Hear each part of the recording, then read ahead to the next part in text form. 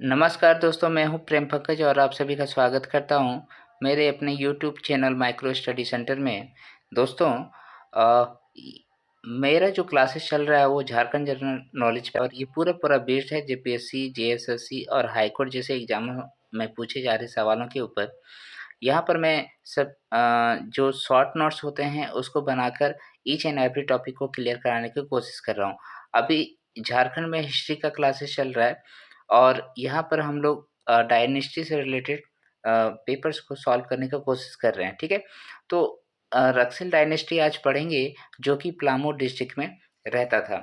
ये आप सभी को मालूम है। तो रक्सल डायनेस्टी के बारे में हम लोग पढ़ेंगे और पलामू को थोड़ा देखेंगे क्या हाल चाल है उसका भाई।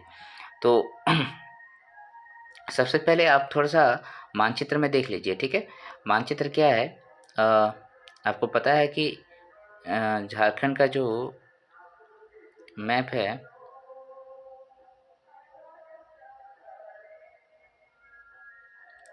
थोड़ा-सा इधर-उधर बनेगा, कोई बात नहीं, ठीक है?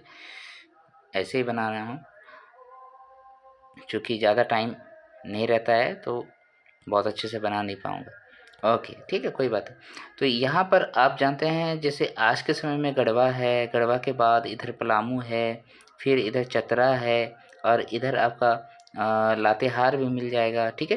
तो पलामू प्रमंडल बोलने से इन तीनों जिलों के बारे में जानते हैं ना, गढ़वा हो गया, पलामू हो गया, है ना, लातेहार हो गया, ये सब जो है पलामू प्रमंडल में आता है। और इसी क्षेत्र में दोस्तों रक्सेल डायनेस्टी जो है राज किया था। क्योंकि आप देखेंगे इसमें 2-3 नाम पढ़ेंगे, सरगुजा, ठीक है? ये सरगुजा उसी क्षेत्र में है, आपको मालूम है। टोरी हो गया, ठीक है?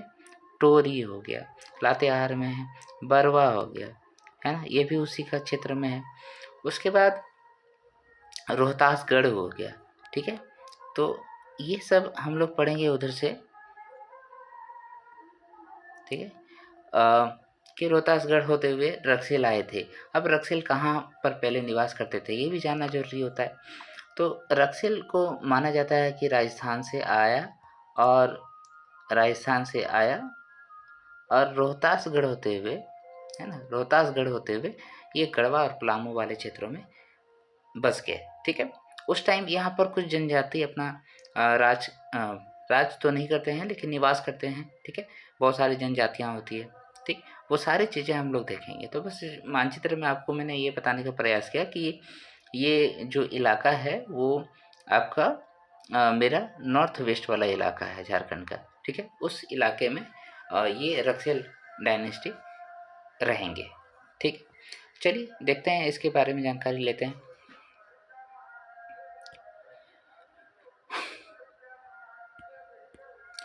तो सबसे पहले हम लोग रक्सेल कौन है, नहीं है, कहाँ से आया, ये सब देख लेते हैं, ठीक है? उसका परिचय ले लेते हैं, ठीक? इसका परिचय में सबसे पहले देखिए कि पलामू में जो है रक्सेल वंश की स्थापना लगभग 8वीं-9वीं शताब्दी में हुआ है, ठीक है? इसका पूरा क्लियर जानकारी नहीं है कब हुआ है। इसके संस्थापक के बारे में भी पूरा क्लियर जानकारी नहीं है, लेकिन एक नाम सामने जो आता है वो विष्णुवर्धन का आता है। इसे क्वेश्चन बनते नहीं हैं क्योंकि इसके रियल जानकारी नहीं है इसलिए बनाते नहीं हैं। तो फिर भी एक याद रखिए नाम, विष्णुवर्धन नाम का कोई व्यक्ति था जो रक्सेल डायनेस्टी को पलामू में लाया, यहाँ पर बसाया, ठीक है? और अपना राज्य का विस्तार किया। और ये लोग काफ़ी लंबा पीरियड तक पलामू क्षेत्र में राज किया है। देखिए छोटा-मोटा समय नहीं है। मान लीजिए 8वीं या मान लीजिए कि 9वीं ही शताब्दी में वो आया, तो 16वीं शताब्दी तक ये राज करता है वहाँ पर। जब 1572 ईस्वी में चेरो वंश की स्थापना होती है, तब तक ये राज करता है। बहुत लंबा पीरियड है, राइट? अब यहाँ पर हमें जो एग्ज़ाम पॉइंट ऑफ व्यू से पढ़ना है, उसमें क्या-क्या देखना है? सबसे पहले तो ये देख लीजिए कि रक्सेल जो है अपने आप को राजस्थान से आए हुए राजपूत कहते हैं, ठीक है? राजस्थान से आए हुए राजपूत कहते हैं, हेय वंशी अपने आप को मानते हैं। ओके, ये बात हो गई कंप्लीट। अपने आप को राजपूत मानते हैं, जो कि राजस्थान का प्रोडक्ट है। आप सभी को पता है राजपूत राजस्थान का मतलब ही होता है। अब यहाँ पर ये किधर से प्रवेश करते हैं, तो रोहतासगढ़ होते हुए प्रवेश करते हैं पलामू में। अब जब ये पलामू में आ जाते हैं तो इसकी भी दो शाखाएं बन जाती है। जिस तरीके से हम लोग सिंहभूम में सिंह वंश में क्या देखे, दो शाखाएं थी, उसी तरीके से यहाँ पर भी आपको दो शाखा मिलेगा रक्सेल वंश का। एक जो देवगन में जाके बस जाते हैं, दूसरा जो कंडोलेवा में आके बसते हैं। अब ये देवगन कहाँ है, आज का जो नाम है देवगन का वो देव गाँव है, और ये गढ़वा जिला में पड़ता है। ठीक है, इधर जो रक्सेल आए वो किधर से आए, वो हरहरगंज और महाराजगंज से होकर आए थे, राइट। और दूसरा है कुंडेलवा। तो कुंडेलवा ये आपका पलामू में पड़ता है। तो पलामू में जो रक्सेल रहे, है ना, वो भी जो है इसको राजधानी बनाया, और दोनों ही राजधानियों में जो है किलों का निर्माण भी हुआ था। किले भी वहाँ पर निर्माण कराए गए थे। ठीक है,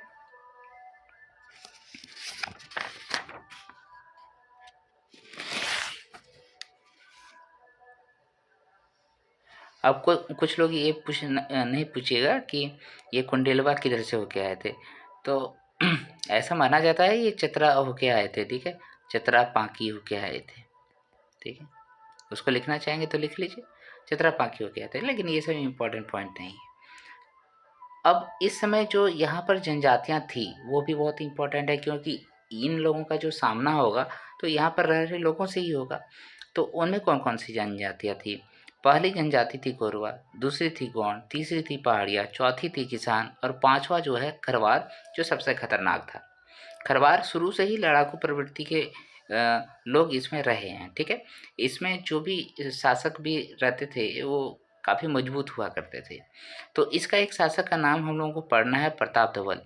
इसके समय में जो है रक्सेलों से जो है लड़ाइयाँ भी होती है, और खरवार जो है बहुत बार रक्सेलों को खदेड़ भी देता है अपने चित्र से। ठीक है, तो ये बात याद रखिएगा आप। और खरवार जनजाति में एक शासक का नाम याद रखिए, प्रताप धवल, जो रक्सेलों को भी हराने में सक्षम था। और बाद बाकी इसमें ज़्यादा जानकारी नहीं है, ज़्यादा पढ़ना नहीं है।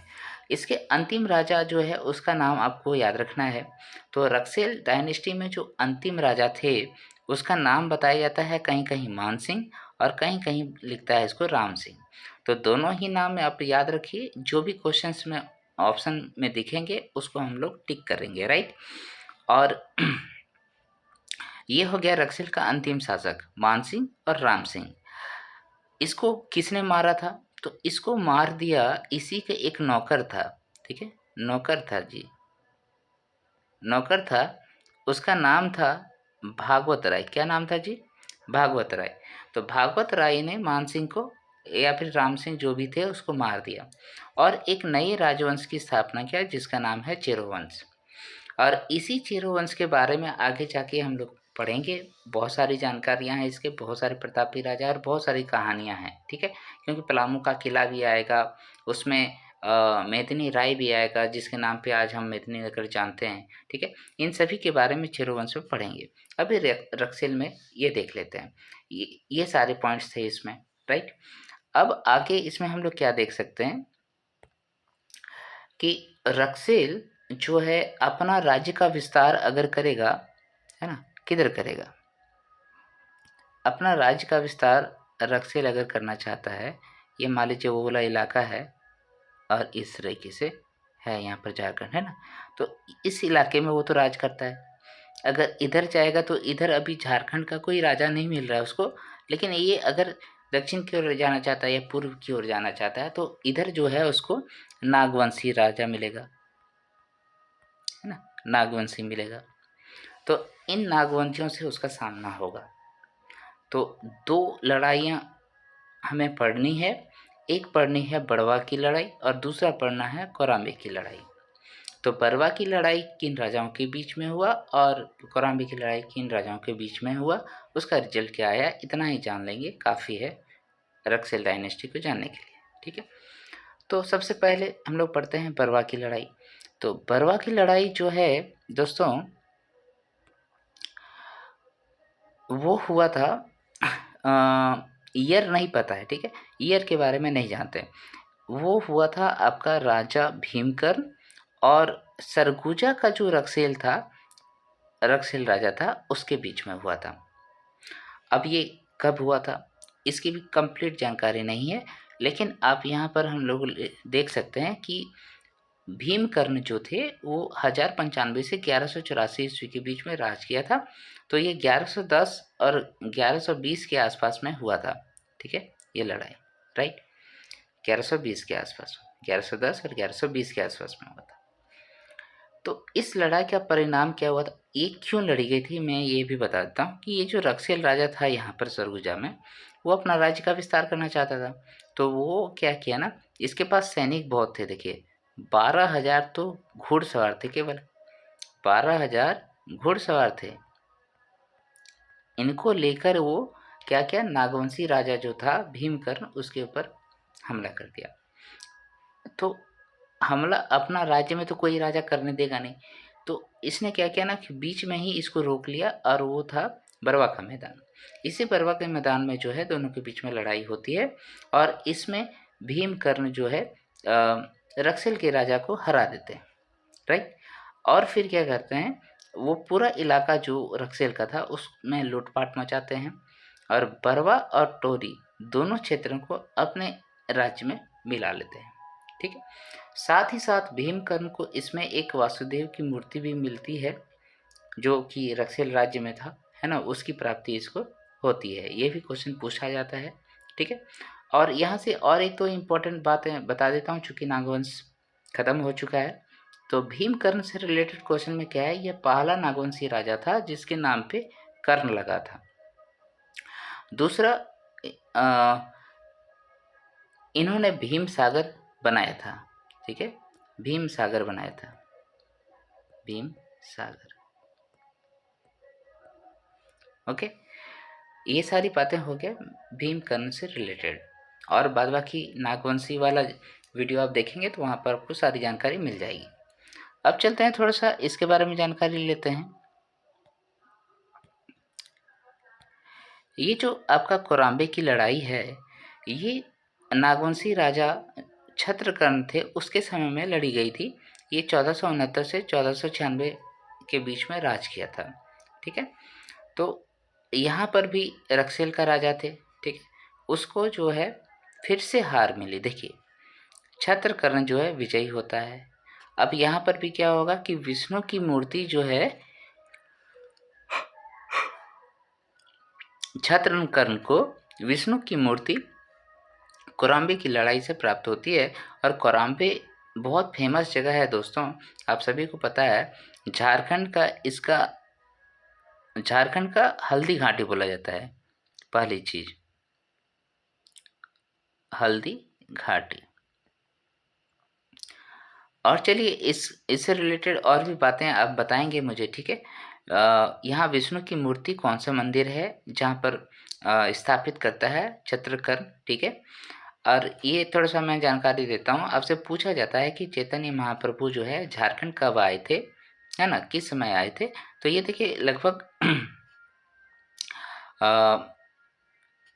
इसी पीरियड में आए थे। देखिए ये छत्रकर्ण जो है विजय होता है लगभग 1480 के आसपास में। तो चैतन्य महाप्रभु उसी के आसपास में झारखंड में प्रवेश करता है।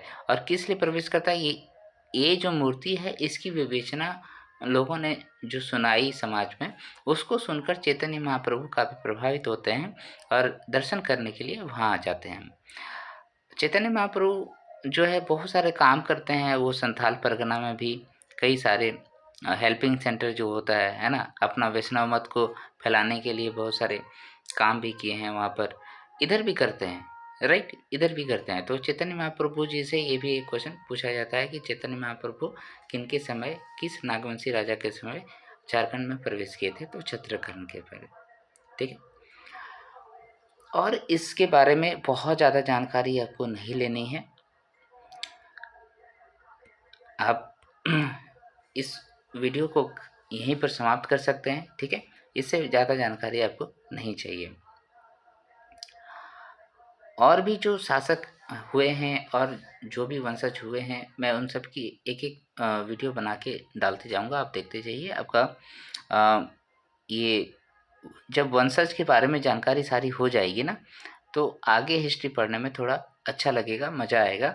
क्योंकि उससे आपको पता रहेगा कौन कौन किधर राज कर रहा है, कौन सा क्षेत्र में कौन सी डायनेस्टी का राजा है, ठीक है, किस समय हुआ है, ये सारी बातें इसमें पता चल जा रहा है, ठीक है। तो दोस्तों आपको अगर मेरा वीडियो पसंद आ रहा है तो प्लीज़ इतना छोटा सा काम तो कर सकते हैं। सबसे पहले लाइक कर दीजिए, शेयर कर दीजिए, है ना, ज़्यादा से ज़्यादा, ताकि लोगों तक पहुंचा जा सके, मेरा वीडियो का लोग स्टूडेंट जो है फ़ायदा उठा सके। और अगर आप और थोड़ा सा मेहरबानी करना चाहते हैं तो मेरे चैनल को सब्सक्राइब कर दीजिए प्लीज़, ठीक है। Thank you for watching my video. जोहार दोस्तों, जय हिंद, जय झारखंड।